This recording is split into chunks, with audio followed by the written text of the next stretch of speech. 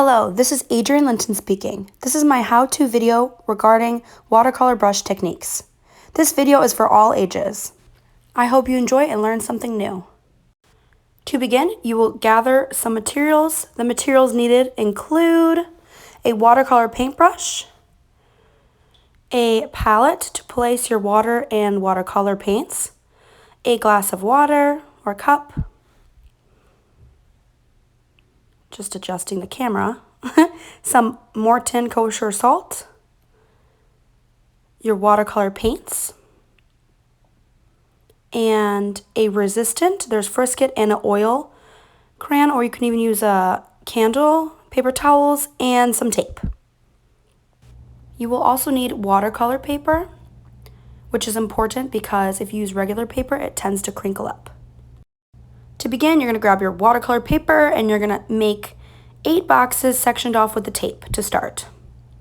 Next, you will grab your pigment of choice and make a wash. The first one is a flat wash, which is just a layer of one color, an even layer.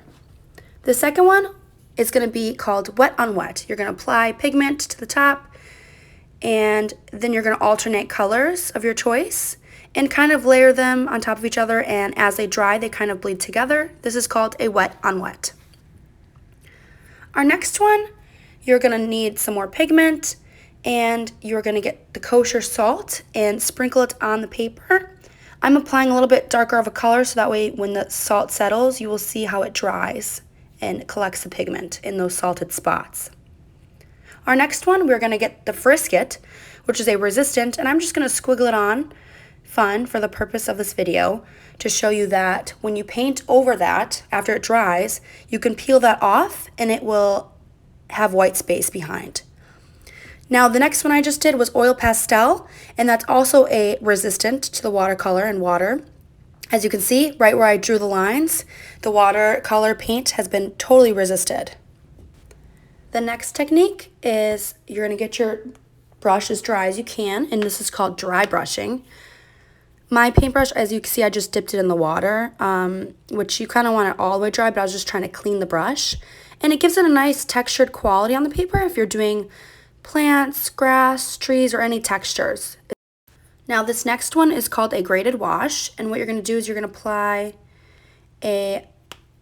I'm rinsing off my brush here, a wash of just water, a light layer, and you're going to go in there with the pigment and paint all the way down without re-dipping your brush. Painting that little section all the way down, and that's going to give it a nice gradient. For this last section, I'm going to show you what's called glazing. I'm going to make different stripes of different lightnesses of color, and then I will be using another color to, after it dries, to go over those sections and to see how the colors layer on top of one another.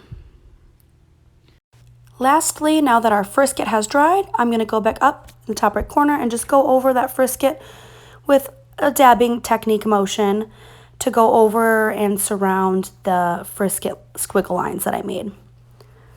So at the end of this frisket one, once the paint dries and it's not shiny, no longer shiny, it just soaks into the paper, what I do is you peel off with a rubber cement eraser or even with your fingers, and you just peel it off. So there you have it, 8 new techniques: flat wash, wet on wet, kosher salt, frisket, oil pastel, dry brushing, graded wash, and glazing. Thank you so much for watching, and I hope you enjoyed the video and learned more watercolor techniques.